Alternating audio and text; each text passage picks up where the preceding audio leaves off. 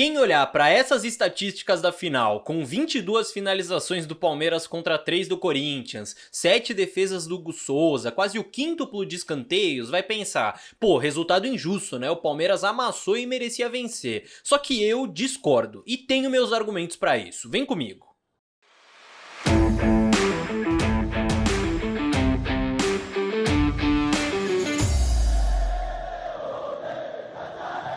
Salve, salve você que acompanha o Análise aqui no YouTube, meu nome é Leonardo Suzuki, sejam muito bem-vindos a mais um vídeo. Chegou a hora da gente analisar taticamente esse primeiro jogo da final do Paulistão. É fato sim que o Palmeiras criou mais chances claras do que o Corinthians na partida e poderia ter saído de campo com um placar melhor do que esse. Só que apesar disso, eu não achei o resultado injusto e também não achei boa a atuação do Palmeiras nessa partida. Você pode até discordar de mim, mas eu vou te explicar os meus motivos para analisar o jogo dessa forma. O Palmeiras entrou em campo com praticamente o mesmo time que vinha jogando, né? Só o retorno do Piquerez, enquanto o Corinthians veio com uma mudança. Saiu o Garro e entrou o Romero, e aí a formação mudou também. Podia ser vista ainda como um 4-4-2, só que em vez de ter um losango no meio, você tinha uma segunda linha, ou então um 4-1-4-1, se você pensar no Carrilho fazendo parte dessa segunda linha e só o Yuri mais à frente. Diante disso, a ideia do Palmeiras mais uma vez foi claramente sufocar a saída de bola do Corinthians, marcar alto e conseguiu fazer isso bem ali nos primeiros 10, 15 minutos. Vale dizer que esse foi o grande momento de superioridade do Palmeiras na partida. Nesses primeiros 10, 15 minutos ali sim o Palmeiras conseguiu empurrar o Corinthians para trás e criar boas oportunidades, primeiro com o Facundo Torres, num cruzamento ali do Murilo, em que ele se antecipa ao Mateuzinho e bate de direita, e depois com o Veiga, num lance que começa em um tiro de meta do Corinthians. Aqui sim o Palmeiras tá com a marcação encaixada, pressiona bem o portador da bola, fecha as linhas de passe, elimina as saídas e força o Corinthians a dar um chutão. É a partir desse chutão que o Palmeiras recupera a bola, recupera a segunda bola e triangula para conseguir acionar o Estevão em 1 contra 1 e aí sim criar uma chance perigosa com a finalização do Veiga, que só não se torna gol ali porque o Mateuzinho salva o lance em cima da linha. Até ali tava tudo bem, só que qual que foi o grande problema? Depois desses minutos iniciais em que o Palmeiras de fato foi superior, só que não conseguiu transformar essa superioridade em gol, o Corinthians entendeu o que o Palmeiras estava fazendo e colocou dentro do jogo um antídoto para isso. E aí o Palmeiras não conseguiu mais controlar. A ideia de marcação do Palmeiras era ter o Vitor Roque se dividindo ali entre os zagueiros, mas principalmente marcando o Félix Torres, o Veiga inicialmente marcando o Ranieri, podendo sair no Gustavo Henrique para pressionar, o Rios marcando individualmente o José Martinez, o Emiliano marcando o Carrilho, e aí você tinha os laterais pegando os pontas pegando os laterais e sobrando os dois zagueiros com o Yuri Alberto. Só que o que o Corinthians passou a fazer quando entendeu isso? Passou a se aproveitar desses encaixes individuais de marcação para atrair o Palmeiras, manipular a marcação e abrir espaço. Aqui, olha como o José Martinez, que é o volante, abre lá na esquerda para atrair o marcador e possibilitar que o Memphis venha circular por dentro. Então qual que é o resultado disso? O Palmeiras tem que trocar a marcação. O Mike acaba ficando no Martinez e o Rios no Memphis. Só que quando você marca individualmente, chegar atrasado numa jogada já é o suficiente para você se dar mal. E aí o Memphis chega antes do Rios, ainda mais quando a gente tá falando de um jogador de qualidade técnica como o Memphis, e consegue acionar o Ranieri vindo de trás. É o que a gente chama de dinâmica de terceiro homem. E por que o Ranieri chega sozinho de frente para dominar essa bola? Porque o Veiga, que tava nele, saiu para pressionar o Gustavo Henrique e ninguém veio fazer a do Veiga, marcando o Ranieri. Então pronto, o Corinthians bateu a pressão e o Palmeiras teve que fazer a falta. Então, através desses jogadores trocando de posição, atraindo a marcação, o Corinthians entendeu como manipular o Palmeiras dentro de campo. Várias vezes você tinha, por exemplo, o Romero, que era o ponta direita, vindo até o meio, muitas vezes até a esquerda, e o Piquerez meio que tinha que vir com ele, porque o Piquerez que estava marcando o Romero individualmente. Só que isso causava uma dúvida nos jogadores e muitas vezes os jogadores acabavam chegando atrasados nessa marcação. Do outro lado, isso também acontecia. Então olha isso aqui, o Memphis vem lá da esquerda para receber essa bola e o Mike tem que vir junto, só que claro que ele chega atrasado, porque ele é o lateral direito, tá preocupado ali também com o lado dele, né, o Memphis chega primeiro do que ele. E aí, mas cadê o volante do Palmeiras para defender esse centro do campo? Tá aí, até chegou na jogada, só que ele tava lá na frente porque ele tava marcando o Carrilho, que é quem ele deveria marcar nesse encaixe de acordo com a ideia do Abel. E eu tô falando, gente, usando uma marcação assim, os duelos individuais ganham uma importância gigante. Quando o Memphis ganha o duelo individual dele contra o Mike, olha o problema que se cria. O Romero, que é o ponta direita, vem receber a bola no meio e o Piquerez fica receoso de vir junto, porque ele não quer desproteger o seu lado esquerdo, mas ele tá incumbido de marcar o Romero. Enquanto isso, lembra que eu falei do José Martinez abrindo na esquerda para atrair a marcação? Ele fez isso, só que aqui, olha como o Rios já viu que o Romero tá sozinho, já viu que o Romero tem liberdade, que todo mundo do Corinthians ganhou o seu duelo individual, e aí o Rios abandona o Martinez para tentar pressionar. Então olha como ele tá sozinho do outro lado com todo o campo do mundo ali, o José Martinez. Por sorte, o Romero é o Romero, e era o Romero ali na bola, então ele não conseguiu fazer essa bola chegar lá no Martinez. Corinthians acabou dependendo do Carrilho fazer um lançamento ali um pouco mais viajado, né, e aí deu tempo da marcação chegar. Mas você viu o perigo que se cria?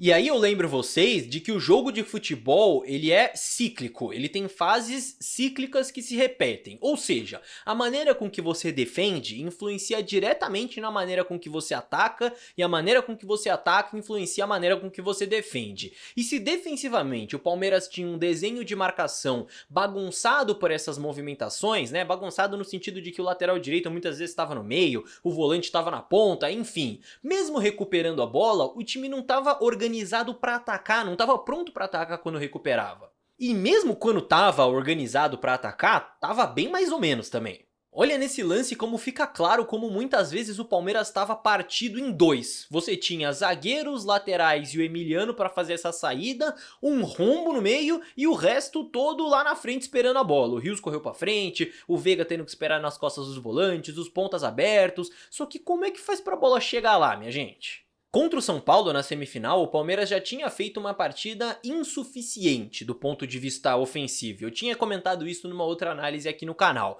Conseguiu criar bem, recuperando a bola no campo de ataque, marcou bem a saída do São Paulo, isso é fato, mas naquele momento de atacar com organização, falhou. Contra o Corinthians foi a mesma coisa, o Palmeiras não conseguiu criar superioridade com bola, não conseguiu empurrar o adversário para trás e estrategicamente criar espaços. A diferença foi que também não teve facilidade para roubar a bola no campo de ataque como teve contra o São Paulo. É claro que durante o jogo o Palmeiras tomou mais iniciativa, pressionou mais, criou mais chances do que o Corinthians, não tô negando isso não. Só que na maior parte do jogo, estrategicamente falando, e ainda mais levando em conta que é uma final de 180 minutos, que esses primeiros 90 foram no Allianz Parque, o Corinthians conseguiu controlar. Controlou a pressão do Palmeiras na saída de bola, controlou os ataques. O que o Corinthians não conseguiu controlar, na prática, foi a forma que o Palmeiras encontrou para criar suas oportunidades no segundo tempo, a bola parada. O Palmeiras teve chances pelo alto e por baixo, em bola parada, em jogada ensaiada para aproveitar o ataque e a profundidade do Vitor Roque,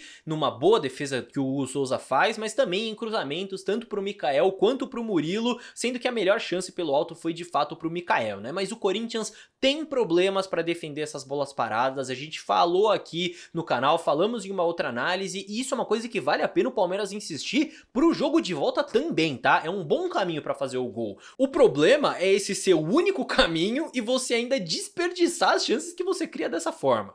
E aí a eficácia que faltou pro Palmeiras nesse momento sobrou pro Corinthians em um lance que foi erro atrás de erro. Porque tudo começa num ataque do Palmeiras puxado pelo Estevão. Então, primeira questão, eu acho que o Vitor Roque podia ter chegado um pouco mais para se apresentar aqui pro jogo, tá? Eu senti falta disso na hora mesmo, vendo o lance na hora. Ele poderia ter chegado mais para se apresentar. Só que de qualquer forma, o Vitor Roque ele é a opção de passe nesse momento, tá claro? E tá claro que faz muito mais sentido soltar a bola no Vitor Roque do que tentar passar por 4 marcadores sozinhos. Então o Estevão tomou a decisão errada aqui, tentou resolver sozinho quando não era pra fazer isso, tinha que ter soltado a bola. Mas tudo bem. Corinthians recupera. Vem o segundo erro. Isso aqui não existe, meus amigos. O Palmeiras está em superioridade numérica, tanto no seu campo de defesa quanto no setor. 2 contra 1. Não existe o Memphis passar pelo meio de 2 jogadores do Palmeiras, de jeito nenhum. O Rios chegar num toquinho de letra não tem a menor condição. Não era momento de inventar.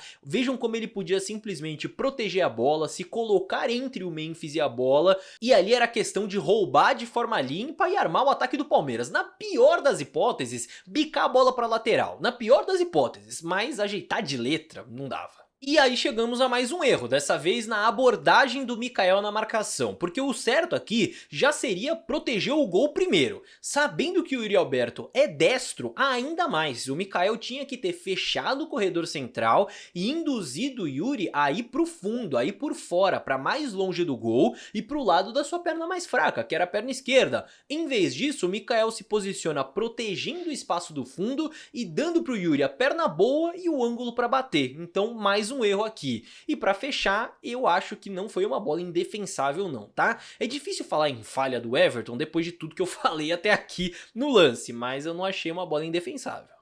Então, voltando ao que eu falei lá no início do vídeo, é por isso que eu não gosto de falar de placar injusto, ou que o Palmeiras mereceu ganhar, ou mereceu empatar. Pra mim isso só vale se tem um erro de arbitragem que influenciou diretamente no resultado, ou um gol, uma expulsão, enfim. O que não foi o caso desse Palmeiras e Corinthians. Pra mim, fora isso, merece ganhar quem faz mais gol. Pra mim, a justiça do futebol é essa, é simples assim. O Palmeiras não foi eficaz nas chances que teve e o Corinthians foi. Só isso já é suficiente pra explicar o placar do jogo. O problema é que, além disso, o Palmeiras não mostrou ao longo desses 90 minutos as variações e as mudanças, os ajustes necessários pra ser superior estrategicamente ao Corinthians, tirando aqueles primeiros 10, 15 minutos. Porque se fosse, pelo menos eu falaria, pô, perdeu, mas o Palmeiras se mostrou ser superior, criou vantagens dentro do jogo, mas nem isso. O Corinthians soube controlar o jogo coletivamente e ainda por cima individualmente teve muitos destaques em comparação a várias atuações individuais abaixo do Palmeiras. Dito tudo isso, dá pra virar a final? É óbvio que dá pra virar, é claro que dá. Não só porque agora a responsabilidade está do lado do Corinthians, né? É fato, agora virou obrigação pro Corinthians ganhar esse título e não perder o título em casa pro rival, então é claro que isso pode pesar. Mas também porque o Palmeiras, com os ajustes corretos, é um time superior ao Corinthians, meus amigos. Mostrou que pode ser taticamente superior na fase de grupos do Paulista, no Brasileiro do ano passado. Só que precisa aproveitar as chances que cria e precisa de ajustes no time. Como a gente tem tempo agora até o jogo de volta, eu quero até fazer vídeos explicando melhor e com mais calma os ajustes que eu acho que precisam ser feitos, do ponto de vista ofensivo, do ponto de vista defensivo. Então se você quiser, inclusive, que eu faça esse vídeo, comenta aqui embaixo, quero saber o feedback de vocês. E se você tiver também outras sugestões de vídeos, de análises que você queira ver por aqui até esse jogo de volta da final, manda brasa, porque a gente tem tempo agora com data FIFA, então quem sabe a sua sugestão, a sua ideia não vira um vídeo aqui no canal. Porque vocês estão vendo muito bem que com vitória ou com derrota, o Análise Verdão está aqui analisando o Palmeiras com profundidade, com racionalidade, sem gritaria. Então se você gosta disso, se você se identifica com o conteúdo, se você quer valorizar esse tipo de conteúdo, você só precisa fazer duas coisinhas, muito básico. O primeiro é deixar o like, porque aí o YouTube vai ver que é um conteúdo relevante, que merece chegar para mais palmeirenses. E a segunda coisa é se inscrever aqui no canal, porque aí você não perde mais nenhuma análise, nenhum vídeo que a gente tá postando aqui. Todo dia praticamente tá tendo um vídeo novo aqui no Análise Verdão. E é gratuito fazer os dois, tá? Olha só que beleza. Like e inscrição. E aproveita que você já tá aqui para conferir esse outro vídeo que saiu aqui no canal recentemente, outra análise tática exclusiva que vale muito a pena você ver. É só clicar aí na sua tela para assistir agora mesmo, fechou? Te vejo lá.